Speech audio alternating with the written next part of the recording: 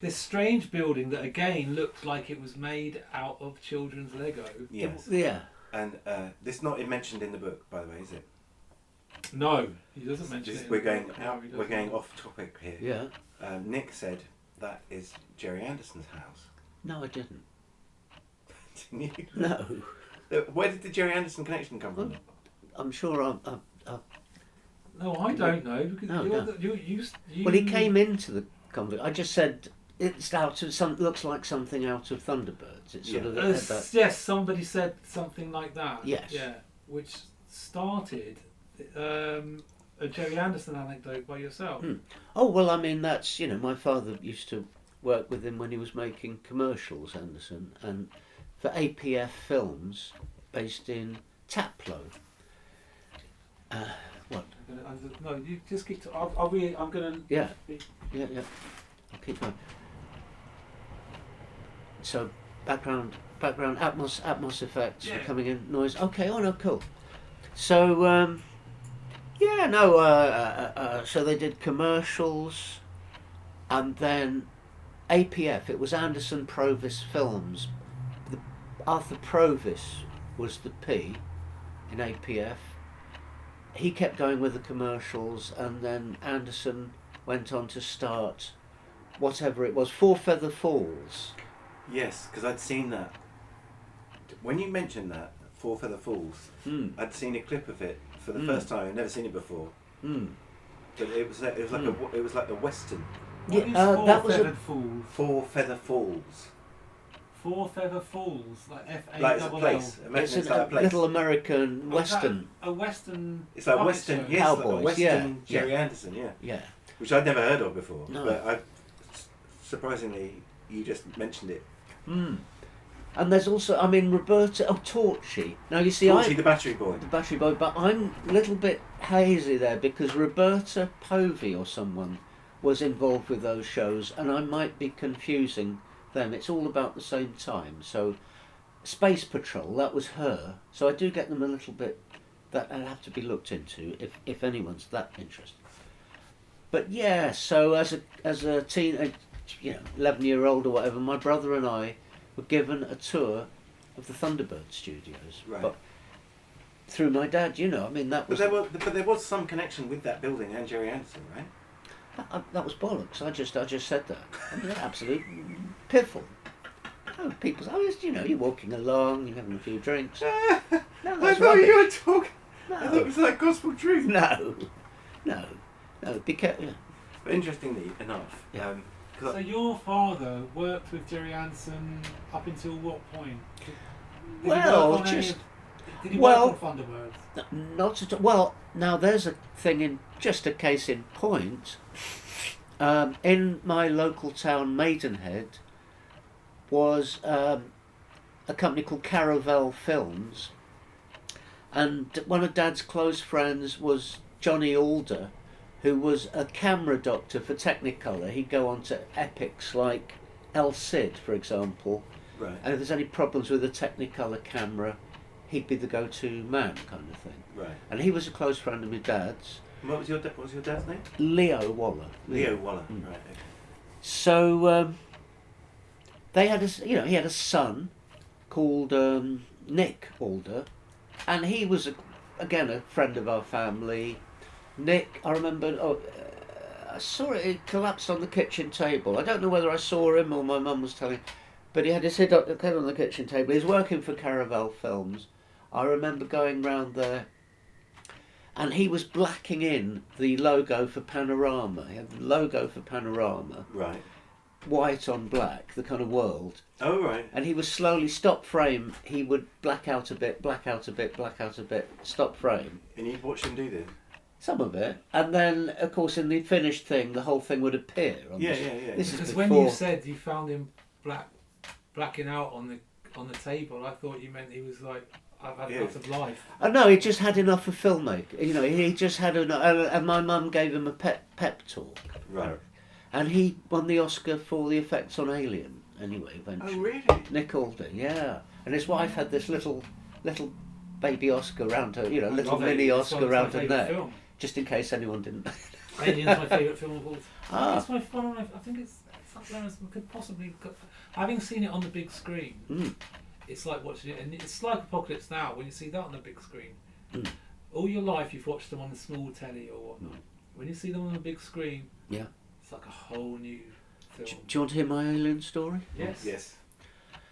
Okay. Well, at the time, things were going pretty well. I was making trailers, leaping to another point in time, but I was making trailers for feature films and stuff for national screen.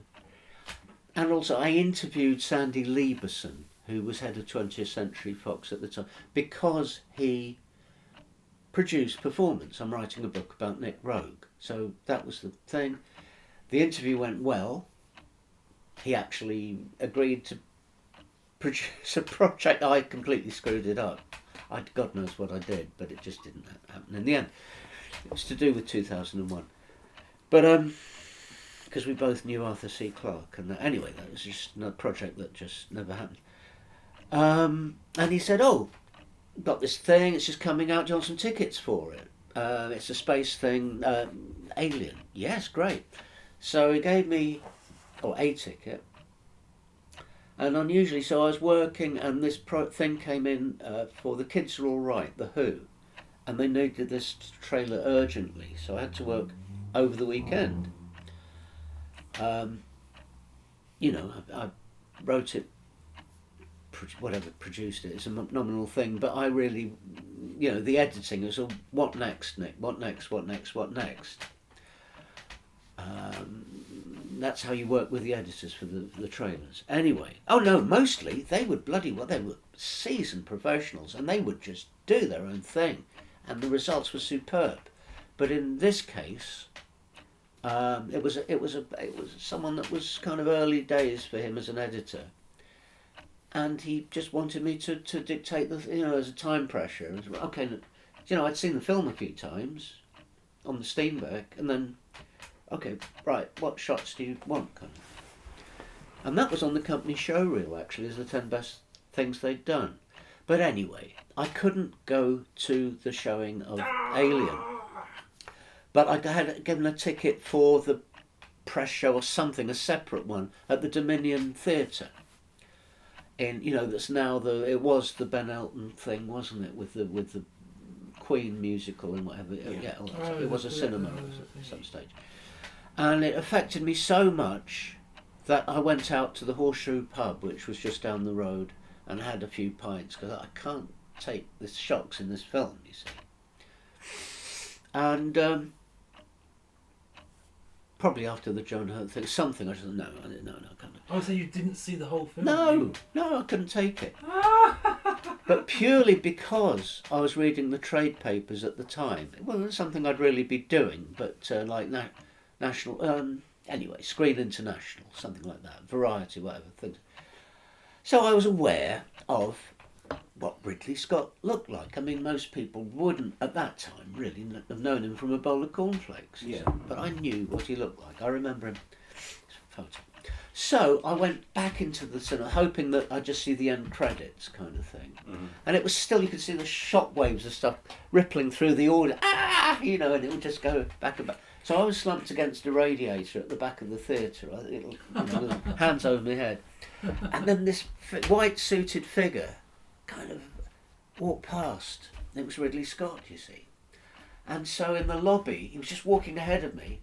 And I went, "Ridley!" "Yes!" And he jumped up. I said, "Well, it affected me so much I couldn't take it." "Oh, thank you very much." So that was my Alien. I gave him a shock. You gave him a shock. As long as I heard a thing about Ridley Scott. When John Hurt's looking at the eggs. Oh, right. When he finds the... I don't remember that bit. He finds... There's like this bit, and they're on the... yeah, of course. Yeah, he finds all these eggs. It's like a laser sort of shining above them. Yes. And he goes to examine one of these eggs. Yeah. And he looks inside, and you see this thing sort of mushing around. Ridley Scott's hand. It's Ridley Scott wearing a pair of marigolds.